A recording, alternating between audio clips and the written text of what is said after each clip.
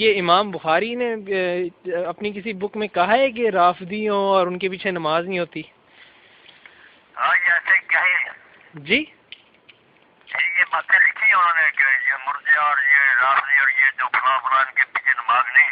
اچھا. اور اس پر حاشیے سے اس دور کے علماء ہے نا اہل حدیث انہوں نے لکھا کہ بخاری اگر اتنے ہی تھے تو صحیح کیوں مرضی ہے رافضیوں سے؟ بخاری میں کیوں پھر شیعہ راوی آئے، کیوں مرجی آئے، کیوں خارجی آئے؟ امام بخاری اگر ہوتا تو لاجواب ہی ہوتا نا. انہوں نے کہا اگر یہ کافر ہے نماز کو ہوتا کتاب میں حدیثیں ان کی کیوں لکھی ہے؟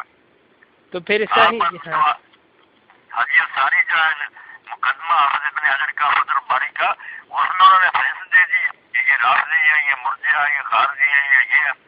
تو اس لیے ایسی باتیں جذباتی طور پر لوگ جھوٹی سچی لکھ جاتے ہیں، ان کا کوئی فائدہ نہیں. تو یہ کیا امام بخاری کی نہیں، یہ امام بخاری کی یہ رائے تھی یا یہ رائے نہیں تھی یا کیا؟ مجھے سمجھ کوئی پتہ نہیں ان کی کیا رائے تھی یا نہیں. انہوں نے ایک اور لکھا کسی کتاب میں مگر اس کا راضی کیا گیا.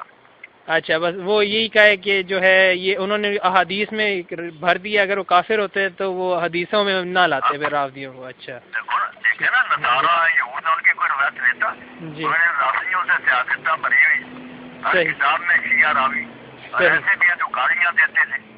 صحیح ہے. بالکل عباس بن یعقوب جیسے تھے ہر وقت تبرہ کرتے تھے صحابہ پر، ان کی بھی روایتیں نہیں. عمران بن حسان ہر نماز کے بعد حضرت علی پر 70 مرتبہ لعنت کرتا تھا، اس کی بھی امام بخاری نے لی. تو یہ جوشیلی باتیں لوگ کرتے رہتے، جب میدان میں آتے ہوئے عقل ٹھکانے آ جاتی. علم لینا